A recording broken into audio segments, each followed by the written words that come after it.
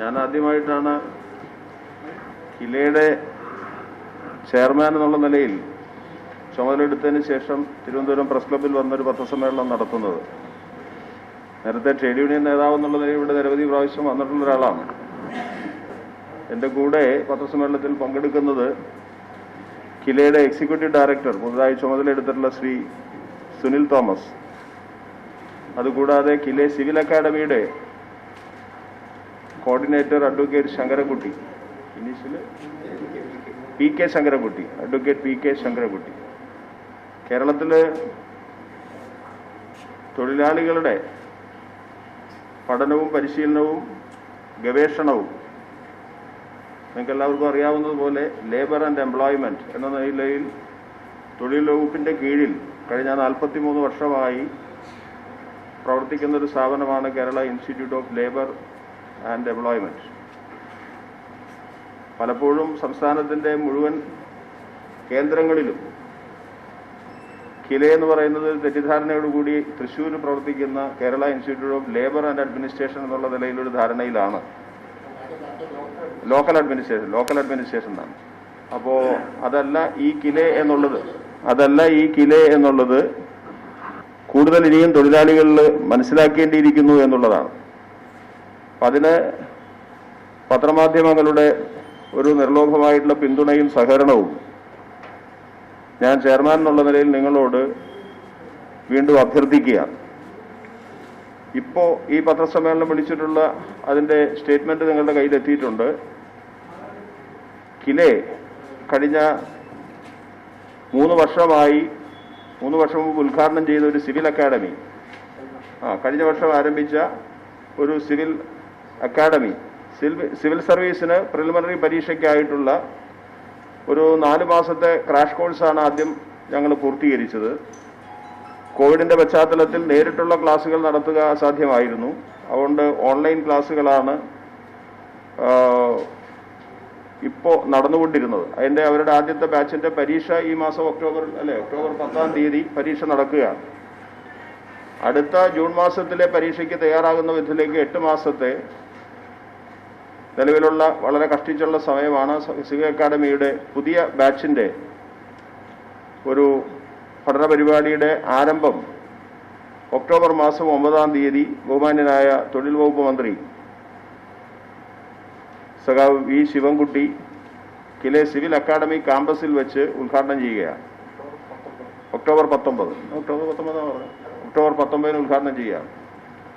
തദവസരത്തിൽ labour സെക്രട്ടറിയും അതുപോലെ തന്നെ ലേബർ കമ്മീഷണറും സന്നിഹിതരായിരിക്കും.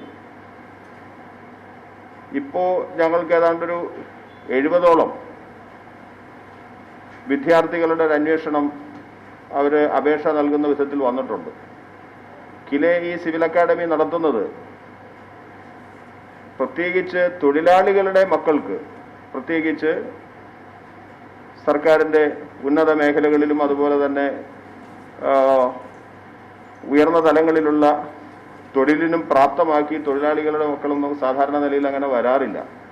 അപ്പോൾ ആദ്യമായിട്ടാണെന്ന് എനിക്ക് തോന്നുന്നു. എൻ്റെ ഒരു അറിവിൽ ഈ അടുത്ത് ഒരു തൊഴിലാളിയുടെ മകൾ അശ്വതി, ഈ പ്രാവശ്യം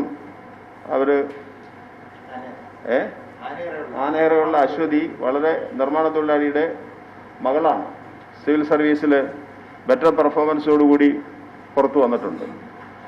അപ്പോൾ തീർച്ചയായിട്ടും അതിനുള്ള അവസരങ്ങൾ കിട്ടിയാൽ അത് നല്ലതായിരിക്കും. സംസ്ഥാന ഗവൺമെന്റ് ഇക്കാര്യത്തിൽ ഒരുപാട് സഹായം ചെയ്യുന്നു. കിലെ എന്നുള്ള ഓട്ടോണമസ് ബോഡിയിലൂടെ തൊഴിലാളികളുടെ പരിശീലനത്തിനും പഠനത്തിനും അവരുടെ ഒരു അവയർനെസ് എങ്ങനെ വേണം, അവരുടെ കമ്മിറ്റ്മെന്റ് എങ്ങനെ ആയിരിക്കണം എന്നുള്ളതിനെ സംബന്ധിച്ചുള്ള നല്ല ധാരണയോടുകൂടി നടത്തുന്ന ഒരു ഓട്ടോണമസ് ബോഡി എന്നുള്ള നിലയിൽ കിലെ ഈ സിവിൽ അക്കാഡമി തുടങ്ങുമ്പോൾ അതിന് പ്രത്യേകത എന്താ വെച്ചാൽ ഒരുപാട് അക്കാഡമികളുണ്ട്, ഗവൺമെന്റ് തന്നെ വേറെ അക്കാഡമിയുണ്ട്. പക്ഷെ ഇവിടെ തൊഴിലാളികളുടെ മക്കൾക്കാണ് പ്രിഫറൻസ്, അവരാണ് കൊടുക്കുന്നത്. പ്രിഫറൻസ് എന്ന് പറഞ്ഞാൽ അങ്ങനെ കൊടുക്കാൻ കഴിയുള്ളൂ. അതിൽ ഒരു 3 കാറ്റഗറിയാണ് ഞങ്ങൾ കണ്ടിട്ടുള്ളത്. ഒന്ന്, ക്ഷേമനിധി ബോർഡിൽ അംഗങ്ങളായിട്ടുള്ളത് മിക്കവാറും അസംഘടിത തൊഴിലാളികളാണ്. സംസ്ഥാനത്തെ എല്ലാ ക്ഷേമനിധി ബോർഡുകളും ESI പ്രോവിഡന്റ് ഫണ്ട് ബാധകമല്ലാത്ത കാറ്റഗറി വരുന്നതാണ്. അതെല്ലാം അൺഓർഗനൈസ്ഡ് സെക്ടറാണ്. അപ്പോൾ അവിടെ നിന്നുള്ള തൊഴിലാളികളുടെ മക്കളാണെങ്കിൽ അവർക്ക് 15,000 രൂപയാണ് ഫീസ് ഇപ്പോൾ നിശ്ചയിച്ചിട്ടുള്ളത്. ആ 15,000 രൂപ ഫീസും അതിന് പുറമെ GST വരും. അതുകൂടാതെ ക്ഷേമനിധിയിൽ അംഗങ്ങളല്ലാത്ത തൊഴിലാളികളുണ്ട്. അത് വ്യവസായ തൊഴിലാളികൾ, അതുകൂടാതെ മറ്റ് തരത്തിലുള്ള ജീവനക്കാർ, ഇപ്പോൾ സർക്കാർ ജീവനക്കാർ, അങ്ങനെയുള്ള ഒരുപാട് ജീവനക്കാർ വരും. അങ്ങനെയുള്ളവരെ സംബന്ധിച്ചിടത്തോളം അവർക്ക് 25,000 രൂപയാണ് ഫീസ്. മൂന്നാമത്തെ കാറ്റഗറി ആയിട്ട് ഞങ്ങൾ ആലോചിക്കുന്നത് ഇതല്ലാത്ത മേഖലയിൽ ബിസിനസ്സുകാരോ അങ്ങനെ കൂടുതൽ ആളുകളും 30,000 ഫീസ് വാങ്ങുന്ന ഒരു നിലയാണ് എടുക്കുന്നത്. അതുകൊണ്ട് ഈ 3 സ്ലാബ് റേറ്റിനകത്ത് ഒരു ഫീസ് നിശ്ചയിച്ചുകൊണ്ട് ഈ വർഷം ഇനി 8 മാസത്തെ ഒരു ക്ലാസ്സേ ഇപ്പോൾ കഴിയുള്ളൂ. 8 തന്നെ കഷ്ടിയാണ്. അത് എത്രയും പെട്ടെന്ന് നമ്മൾ ആരംഭിക്കുകയാണ്. 70ഓളം അപേക്ഷകർ നമുക്ക് രംഗത്ത് വന്നിട്ടുണ്ട്. അതിൻ്റെ വിദഗ്ധന്മാരായിട്ടുള്ള ഫാക്കൽറ്റീസിനെ സംബന്ധിച്ചൊക്കെ സ്വാഭാവികമായിട്ടും അതിൻ്റെ കോർഡിനേറ്റർ കൂടിയായിട്ടുള്ള ശ്രീ ശങ്കരകുട്ടി അത് സംബന്ധിച്ച് വിശദീകരിക്കും. ഇതാണ് എനിക്ക് ഇന്നിപ്പോൾ ഞങ്ങൾ ഉദ്ദേശിക്കുന്നത് ഈ അക്കാഡമിയെ സംബന്ധിച്ച് മാത്രമുള്ള ഒരു വിവരം നൽകലാണ്. നമ്മുടെ അക്കാഡമി മാർച്ച് 22 ഞങ്ങൾ ക്ലാസ് തുടങ്ങി. ക്രാഷ് പ്രോഗ്രാം, 4 മാസം നീണ്ടു നിൽക്കുന്ന ക്രാഷ് പ്രോഗ്രാം. അത് കംപ്ലീറ്റ് ഓൺലൈനായിരുന്നു. നിങ്ങൾ തന്നിട്ടുള്ള ഈ ലിസ്റ്റിലെ ഈ വിദഗ്ധർ തന്നെയാണ് ക്ലാസ്സുകളെല്ലാം കൈകാര്യം ചെയ്തിട്ടുള്ളത്. വർഷങ്ങളായി സിവിൽ സർവീസിൽ ക്ലാസ് എടുത്ത പാരമ്പര്യമുള്ളവർ, റിട്ടയർഡ് കോളേജ് പ്രൊഫസേഴ്സ്, സമാന്തര വിദ്യാഭ്യാസ മേഖലകളിൽ ഉള്ള പ്രൊഫഷണൽ എക്സ്പെർട്ട്, അവർ തന്നെയാണ് ക്ലാസ്സിൽ എടുത്തിട്ട് അതിൻ്റെ ലിസ്റ്റ് നിങ്ങൾക്ക് ആൾറെഡി തന്നിട്ടുണ്ട്. ഈ ക്ലാസ് 4 മാസം നീണ്ടു നിന്നു. അത് വൈൻഡപ്പ് ചെയ്തതിന് ശേഷം അധ്യാപകരൊന്ന് ഫ്രീ ആയിട്ട് ക്ലാസ് എടുത്തുന്നു. തൊഴിലാളികളുടെ മക്കളല്ലേ എന്ന് കരുതി ഒരു റിവിഷൻ ക്ലാസ്സും 2 ആഴ്ച നടത്തുകയുണ്ടായി. അപ്പോൾ ഏതാണ്ട് സജ്ജമായിരിക്കുകയാണ്. അതിലൊരു 5 കുട്ടികൾക്ക് പ്രിലിമിനറി കിട്ടുമെന്നുള്ള പ്രതീക്ഷ ഞങ്ങൾക്കൊന്ന്. അതിൽ ഒരു കുട്ടി വളരെ മിടുക്കിയാണ്. ആ കുട്ടിക്ക് എന്തായാലും കിട്ടും. ഒരു പെൺകുട്ടി, കണ്ണൂരുള്ള ഒരു പെൺകുട്ടിയാണ്. അപ്പോൾ അടുത്ത ബാച്ച് സാർ പറഞ്ഞ പോലെ ഇവിടെ ആദ്യം ആരംഭിക്കും. ഈ വർഷം കോവിഡ് ആയതുകൊണ്ടാണ് പ്രിലിമിനറി പരീക്ഷ നീണ്ടുപോയത് UPSC നടത്തുന്നത്. ഇല്ലെങ്കിൽ ജൂൺ 2-ാം തീയതി ആയിരുന്നു ടെൻറ്റേറ്റീവായിട്ട് ഫിക്സ് ചെയ്യുന്നത്. എല്ലാ വർഷവും ജൂൺ ആദ്യത്തെ ആഴ്ചയാണ് പ്രിലിമിനറി പരീക്ഷ നടത്തുന്നത് സിവിൽ സർവീസിൻ്റെ. അടുത്ത വർഷം കൃത്യമായി നടക്കുമെന്ന് ഉറപ്പാണ്. മറ്റുള്ള സംസ്ഥാനങ്ങളിൽ കോവിഡ് ഇല്ലാത്തത് കാരണം തീർച്ചയായിട്ടും നടക്കുക, യാതൊരു സംശയമില്ല. കേരളത്തിൽ കോവിഡ് കുറയും. അപ്പോൾ അതിന് മുന്നോടിയായി ഇനി 8 മാസമേ കിട്ടുള്ളൂ. 8 മാസം നീണ്ടു നിൽക്കുന്ന റെഗുലർ കോഴ്സാണ് ഇപ്പോൾ സാറ് വന്നതിന് ശേഷം വിഭാവനം ചെയ്തിരിക്കുന്നത്. അത് നടത്താൻ പോകുന്നു. ആ കോഴ്സ് മിക്കവാറും ഓഫ്ലൈൻ ആയി മാറാനുള്ള സാധ്യതയുണ്ട്. കോവിഡ് ഇനി ഗണ്യമായി കുറഞ്ഞാൽ ഒരു പക്ഷേ ആദ്യം ഓൺലൈനിൽ തുടങ്ങിയാലും പിന്നെ അത് ഓഫ്ലൈൻ ആവും. ഓഫ്ലൈന് എല്ലാ സൗകര്യങ്ങളും ഒരുക്കിക്കൊണ്ടുള്ള ഒരു ഡിജിറ്റൽ ലൈബ്രറി ഞങ്ങൾ ഉപ്പടാമൂട് പാലത്തിനകത്തുള്ള ഞങ്ങൾ അക്കാഡമിയിൽ സെറ്റ് ചെയ്തിട്ടുണ്ട്.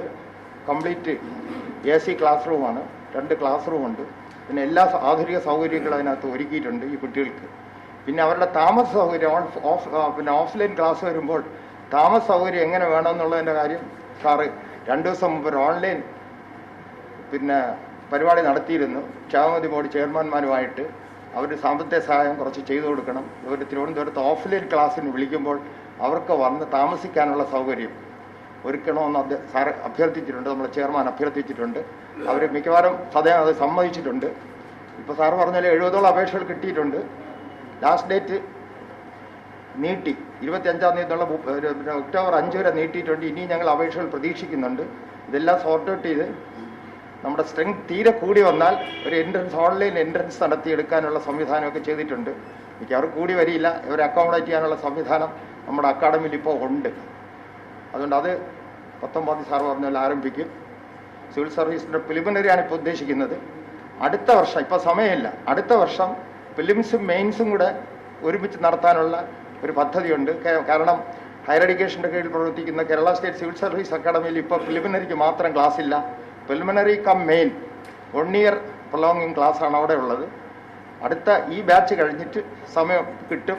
അപ്പോൾ അടുത്ത ബാച്ച് പ്രിലിംസ് കം മെയിനായിട്ട് തന്നെ മറ്റുള്ളവർ നടത്തും പോലെ നടത്താനാണ് ഇപ്പോൾ തീരുമാനിച്ചിട്ടുള്ളത്.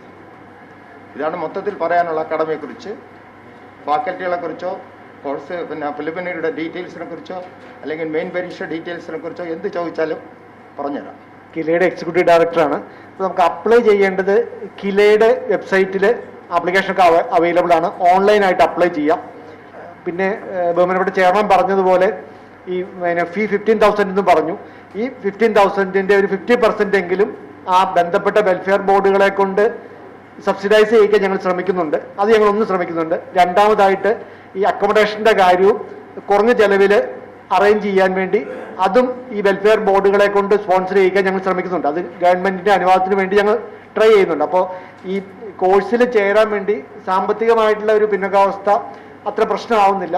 ഞങ്ങൾ നല്ല ക്വാളിറ്റി ആളുകളെയാണ് ഞങ്ങൾ പ്രതീക്ഷിക്കുന്നത്. ബാക്കിയുള്ള എല്ലാ സപ്പോർട്ടും ചെയ്യാൻ തന്നെയാണ് കിലെ ഉദ്ദേശിക്കുന്നത്. സർക്കാരിന്റെ സഹായം ഞങ്ങൾക്ക് കിട്ടുന്നുണ്ട്. ഇനിയും ഞങ്ങൾ അതിന് കൂടുതൽ സഹായത്തിന് വേണ്ടി ഞങ്ങൾ ശ്രമിക്കും. അപ്പോൾ അതുകൊണ്ട് സ്റ്റുഡൻസ് ചെയ്യേണ്ടത് ഇതിനകത്ത് താല്പര്യമുള്ള നല്ല ഫയറുള്ള സ്റ്റുഡൻസിനെയാണ് ഞങ്ങൾ പ്രതീക്ഷിക്കുന്നത്. വേറെ ഒരു സാമ്പത്തിക പരാധീനതകളോ മറ്റ് പ്രശ്നങ്ങളോ ഒന്നും ഇതിനൊരു തടസ്സമാകാതിരിക്കാൻ വേണ്ടി ഞങ്ങൾ ശ്രമിക്കുന്നുണ്ട്. ജന്മഭൂമിയുടെ ന്യൂസ് എഡിറ്റർ ശ്രീ ശ്രീകുമാർ നൽകിക്കൊണ്ട് ഞാൻ കിലെ ചെയർമാൻ എന്നുള്ള നിലയിൽ സിവിൽ അക്കാദമിയുടെ ഓപ്പറേഷന്റെ ആദ്യത്തെ ബാച്ചിന്റെ റിലീസ് റിപ്പോർട്ട്. അപ്പോൾ ഉദ്ഘാടന സന്ദർഭത്തിൽ ഇത് പുറം ലോകം കൂടുതൽ അറിയാൻ വേണ്ടിയും കൂടുതൽ കുട്ടികൾ താല്പര്യമെടുത്ത് വരാനും കഴിയാത്ത വിധത്തിലേക്ക് നിങ്ങളെല്ലാവരെയും ഈ സന്ദർഭം ഉപയോഗപ്പെടുത്തിക്കൊണ്ട് ഒരു സൗകര്യം ഉപയോഗപ്പെടുത്തിക്കൊണ്ട് ക്ഷണിക്കുകയാണ്. ഈ ഉപ്പിടാമൂട് എന്ന് പറയുന്ന അവിടെ ഒരു പാലമുണ്ടല്ലോ, വഞ്ചിയൂർ കോടതിക്കടുത്ത്. ഉപ്പിടാമൂട് പാലത്തിന്റെ സമീപത്തുള്ള ലേബർ വെൽഫെയർ ബോർഡിന്റെ മുകളിലുള്ള ഫസ്റ്റ് ഫ്ലോറിലാണ് യഥാർത്ഥത്തിൽ ഈ ക്ലാസ് റൂം ഉള്ളത്. ഇപ്പോൾ ഈ അക്കാഡമിക് ക്യാമ്പസ് ഉള്ളത് അവിടെയാണ്. നേരത്തെ പറഞ്ഞ പോലെ ഒരു ഹോസ്റ്റൽ ഫെസിലിറ്റിക്കിലേക്ക് ആയിട്ടില്ല. അപ്പോൾ അത് നമ്മൾ ആ ക്യാമ്പസ് ഡെവലപ്പ് ചെയ്യുന്നതിൻ്റെ ഭാഗമായി പെർമനന്റ് ആയിട്ടൊരു ഹോസ്റ്റൽ ഫെസിലിറ്റിയെ സംബന്ധിച്ച് ഗവൺമെന്റിനോട് അപ്രോച്ച് ചെയ്യുന്നുണ്ട്. ഇപ്പൊ തൽക്കാലം ഹയർ ചെയ്ത് മെസ് ഉൾപ്പെടെ കൊടുക്കാൻ കഴിയുന്ന വിധത്തിലേക്ക് കാര്യങ്ങൾ ചെയ്യുകയാണ്. നേരത്തെ പറഞ്ഞ പോലെ എല്ലാ ക്ഷേമനിധി ബോർഡ് ചെയർമാൻമാരോടും ഞങ്ങൾ അഭ്യർത്ഥിച്ചു. അവര് ആ പൈസ കൂടി തരുകയാണെന്നുണ്ടെങ്കിൽ കുട്ടികൾക്ക് ഈ ഫീസിലല്ല മറ്റ് ചെലവില്ലാതെ തന്നെ ഈ വിദഗ്ധ പരിശീലനം കിട്ടുന്നതിന് ഇവിടെ വരാൻ കഴിയും. സാധാരണ നിലയിൽ ഇപ്പോൾ ബ്രില്യൻ്റ് അതുപോലെ എക്സലൻസ് എന്നൊക്കെ പറയുന്ന വലിയ വേറെ ചില അക്കാഡമികളൊക്കെ കേട്ടിട്ടുണ്ട് പ്രൈവറ്റ് മേഖലയിലേക്ക് 2 ലക്ഷം രൂപയൊക്കെ ഫീസ് വാങ്ങുന്നിടത്താണ് ഈ 15,000 രൂപ ഫീസിലേക്ക് സംസ്ഥാന ഗവൺമെന്റിന്റെ ഒരു തൊഴിൽ വകുപ്പിന്റെ കീഴിലുള്ള ഓട്ടോണമസ് ബോഡി ആയിട്ടുള്ള കിലെ ഇത്തരത്തിലുള്ളൊരു സംരംഭത്തിന് മുൻകൈ എടുക്കും.